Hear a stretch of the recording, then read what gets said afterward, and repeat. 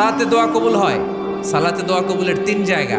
একটা হচ্ছে তাকবীরে তাহরিমার পরে আমরা সানা পড়ি না, আমরা তো একটা পড়ি, আল্লাহর হাবিব সুন্নাহ এবং নফল নামাজে আরো পড়তেন সানা, ওই দোয়া কবুল হয়। 2 নম্বর জায়গা সালাতে সেজদায় পড়ে দোয়া করলে কবুল হয়।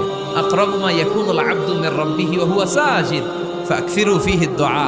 বান্দা যখন সেজদায় লুটিয়ে পড়ে বান্দা আল্লাহর সবচেয়ে কাছে চলে যায়। তা কিন্তু বিশ্বনবী বলে সেজদাটা তোমার রবের কুদরতি পায়ের উপরে পড়েছে। সেজদায় পড়ে দোয়া করেন। সালাম ফিরানোর আগে বিশ্বনবী দোয়া করতেন, লা ইউসাল্লিমান্না আহাদুকুম হাত্তা ইয়াতাআওয়াযা মিন আরবা'a।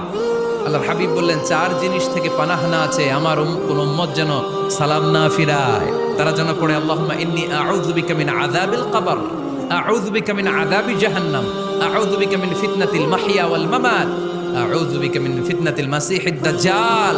আল্লাহ কবরের আযাব থেকে বাঁচাও, আল্লাহ জাহান্নামের আগুন থেকে বাঁচাও, আল্লাহ জীবন মরণ